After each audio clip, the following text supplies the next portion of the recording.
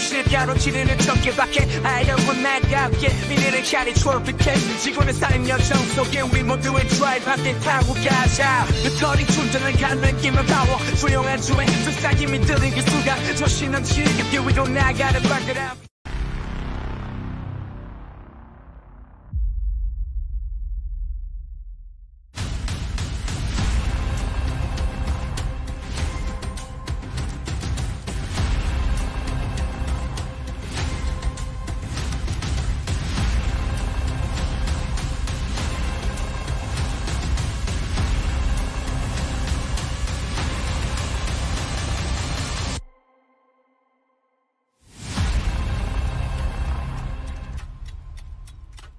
안녕하세요 여러분. 오늘은 정말 흥미진진한 테슬라 소식을 전해드리려고 합니다. 바로 테슬라 중국서 FSD 명칭 변경에 관한 이야기인데요. 이 뉴스는 최근 업계에서 큰 화제를 모으고 있답니다. 여러분 채널 구독과 좋아요, 알림 설정 잊지 마세요. 오늘 영상은 단순한 뉴스 전달을 넘어 테슬라의 기술력과 중국 시장에서의 전략 변화까지 모두 파헤쳐볼 예정이니 집중해 주시길 바랍니다. 먼저 기본 소식부터 정리해 볼게요. 테슬라는 중국에서 자사의 스마트 주행 시스템의 명칭을 대대적으로 개편했는데요. 기존의 FSD라는 용어가 붙어있던 모든 패키지가 이제 더 간결하고 직관적인 명칭으로 변경되었어요. 그런데 여러분, 여기서 중요한 포인트는 시스템의 기능은 전혀 바뀌지 않았다는 겁니다. 즉 이름만 변경되었을 뿐 실제 기술력과 주행 보조 기능은 그대로 유지된다는 점. 이 부분은 CNEV 포스트의 보고서를 통해 확인되었어요. 예전에는 상위 패키지가 FSD 인텔러전트 어시스티드 드라이빙라는 이름으로 소개되었는데 이제는 단순히 인텔러전트 어시스티드 드라이빙으로 변경되었답니다. 여기서 상위 패키지 가격은 중국 내에서 RMB 64,000 즉 약 미화 8,820달러에 해당하는 프리미엄 옵션이었죠.